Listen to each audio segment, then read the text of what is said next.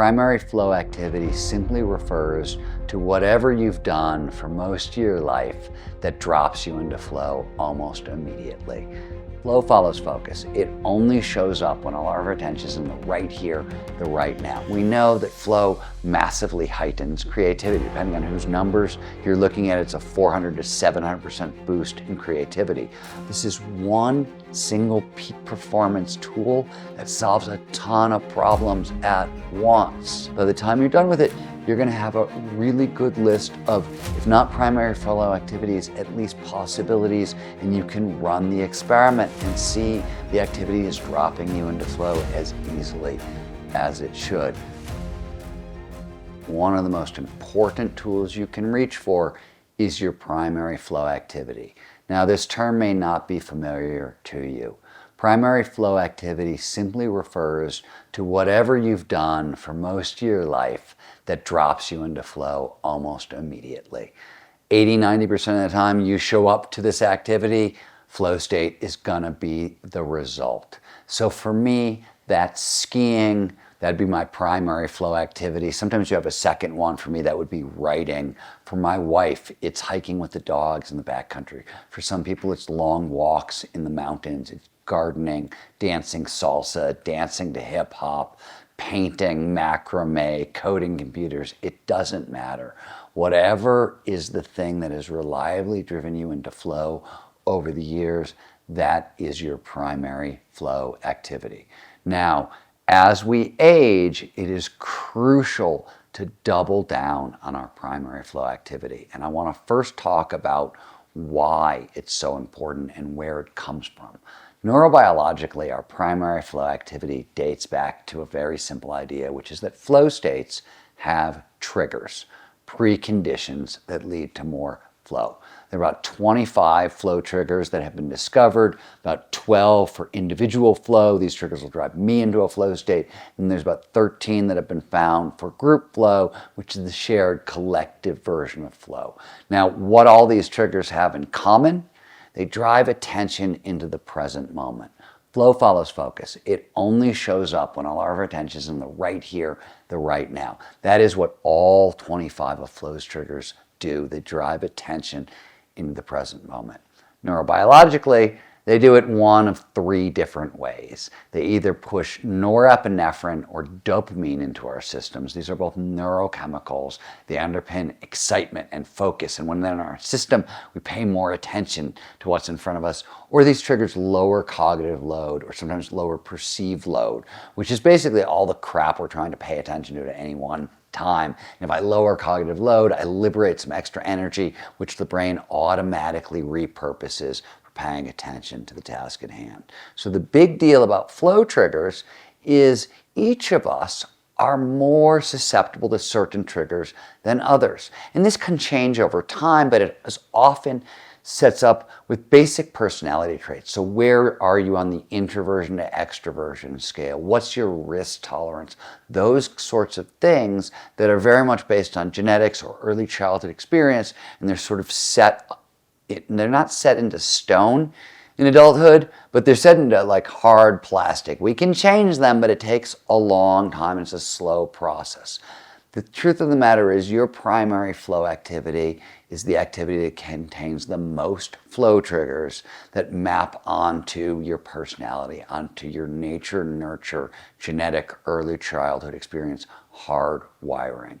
So these activities are very individual because they're mapped onto stuff that is different in all of us. Which triggers I'm most susceptible to are going to be different from which ones you're most susceptible to, which is why my primary flow activity is skiing and yours might be dancing samba.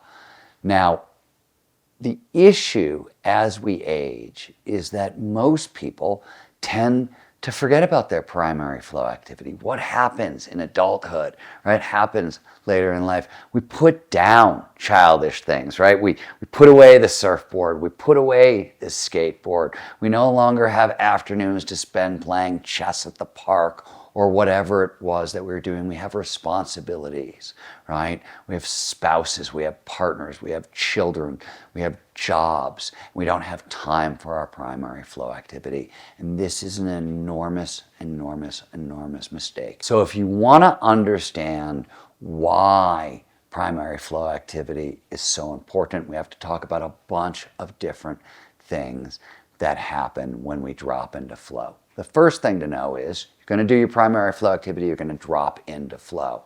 So flow, it turns out, is a kind of focusing skill. Much in the way that we think of mindfulness, right, as a focusing skill, flow is a similar but different, right? Different kind of focusing skill. The point is, like any other skill, it's trainable, which means the more flow you get is the more flow you get. So if I want more flow at work, if I double down my primary flow activity and spend more time skiing on Saturday and Sunday on the weekends, it turns out the focus training I'm going to get on the weekends is going to assist me Monday, Tuesday, Wednesday, Thursday, Friday at work, right? Getting into flow then. The focus appears to be transferable.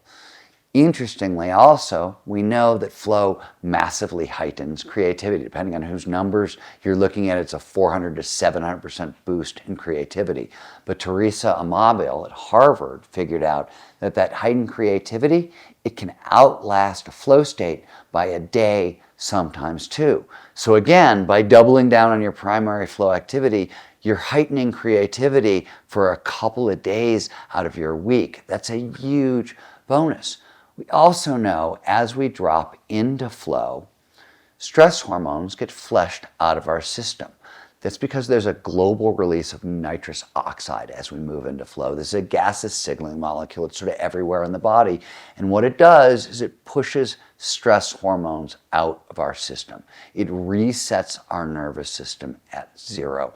This has enormous benefits for health and longevity. We also know that doubling down on your primary flow activity protects against languishing. This was one of the coolest bits of research that was actually done during COVID.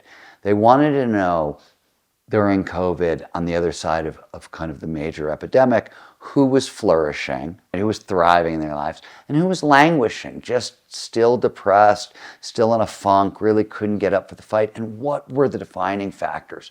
What was different? And they looked at a bunch of different stuff, and it turns out the only thing that mattered was how much access you had to flow during COVID. Those who had more access to flow to double down on their primary flow activity, for example, ended up flourishing post-COVID.